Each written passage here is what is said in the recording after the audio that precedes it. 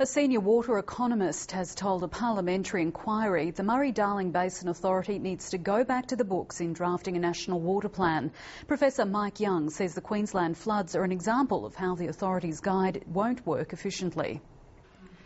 Economists, growers and green groups have been crunching numbers since the authority's guide was released last year. And for some, the numbers don't add up. The guide talks about average numbers the whole way through and talks about magical numbers as sustainable diversion limits.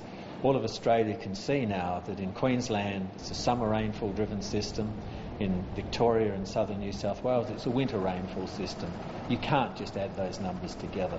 Professor Young is one of many to give evidence in a parliamentary inquiry at Murray Bridge into the impact of the guide. Many others agree the guide doesn't cater for both floods and drought. When you have severe floods in some areas where food production has actually been ruined, then that could be shifted to another area where it's possible for that food production to be made up. The Green Movement is satisfied it's gaining momentum with the committee. Although they won't say that the veil has fallen from their eyes, I think they now understand the function of the lakes. But the state's irrigation communities say their livelihoods are on the line.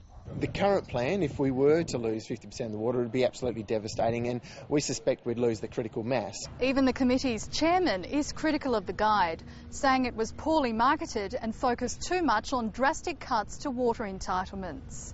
But Tony Windsor says the inquiry is a chance to give people back their power. Let's have a go. If we can't come up with a solution, well, it's no worse than what it's been the last 100 years. The hearings will continue interstate for the next week. Alex Parry, ABC News, Murray Bridge.